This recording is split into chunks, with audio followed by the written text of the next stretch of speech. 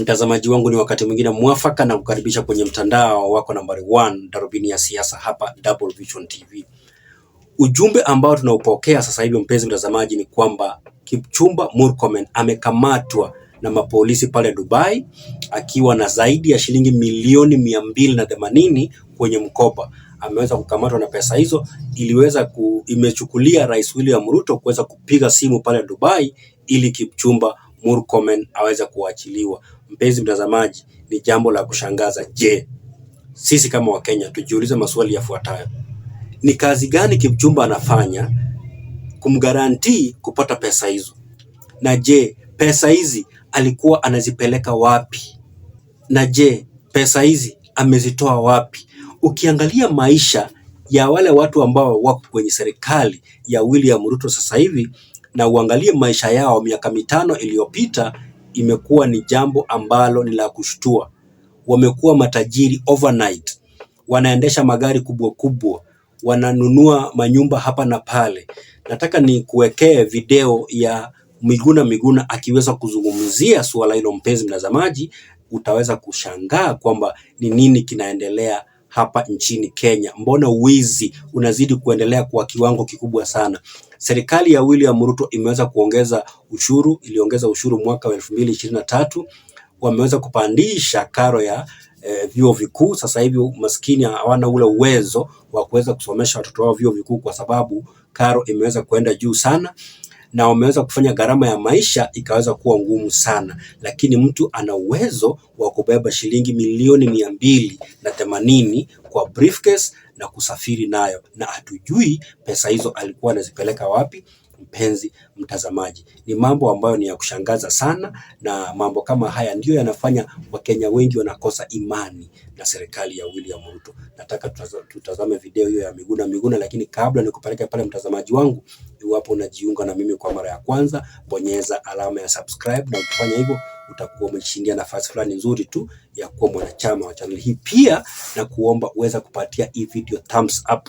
Kwa wale wote ambao mmeweza kupatia video zangu thumbs up ama mmeweza kulike video zangu, I will not take you for granted. Nazidi kuombea Mungu aweze kuwabariki zaidi. Mimi ni Don Rogers. I heard today that Murkomen has been arrested in Dubai with 200 million cash, and that Ruto had to call for him to be released. Murkomen is my friend, but what the hell is somebody doing with 200 million cash? Where did he get it from? He said that Ruto produced some list, or SRC produced a list of so-called earnings of public officers, starting with the president going down. And you could tell from that list that the salaries that are announced, even the so-called increments that are purportedly recommended, would never give anybody 200 million cash. Would never support anybody buying a watch worth 30 million, which Ruto wears, 10 of them.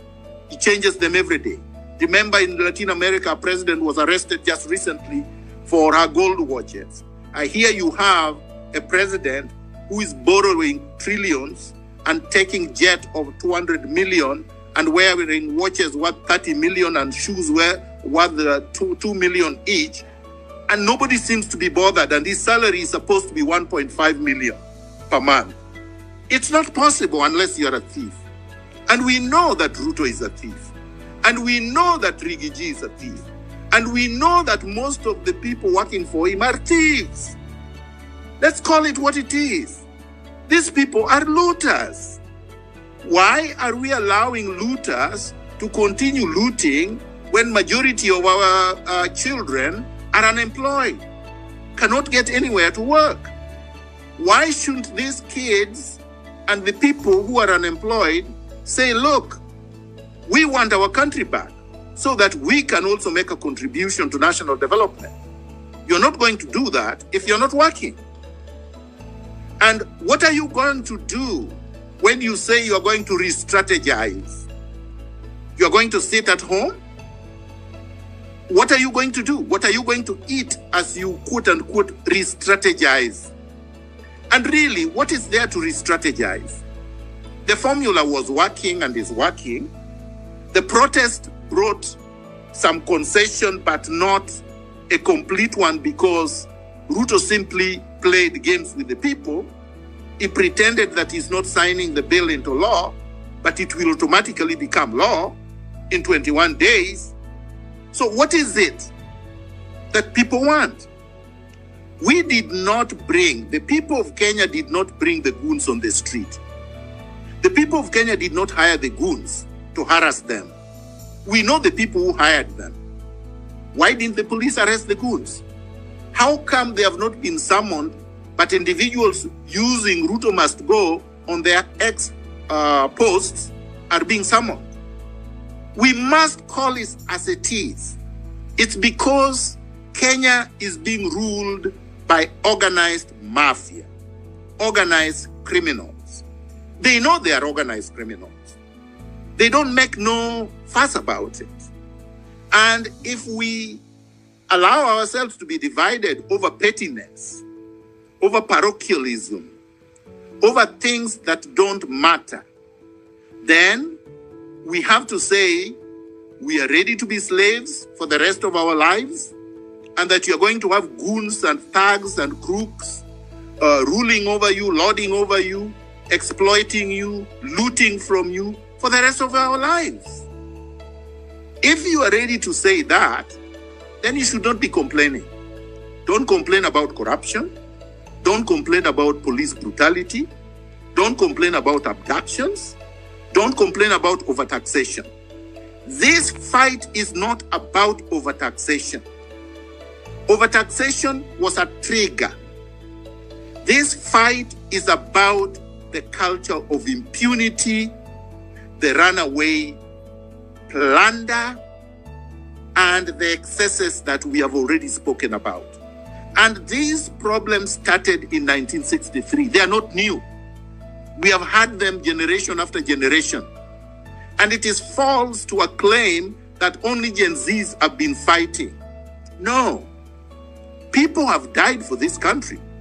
As I said last week, Pio Pinto was the first known public figure that was assassinated in 1964. His family have not received justice.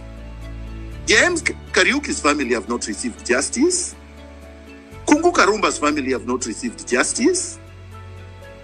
The families of Arwen Skodek have not received justice. Dr. Robert Uko's family have not received justice. Dr. Odhiambo Mbai's family have not received justice.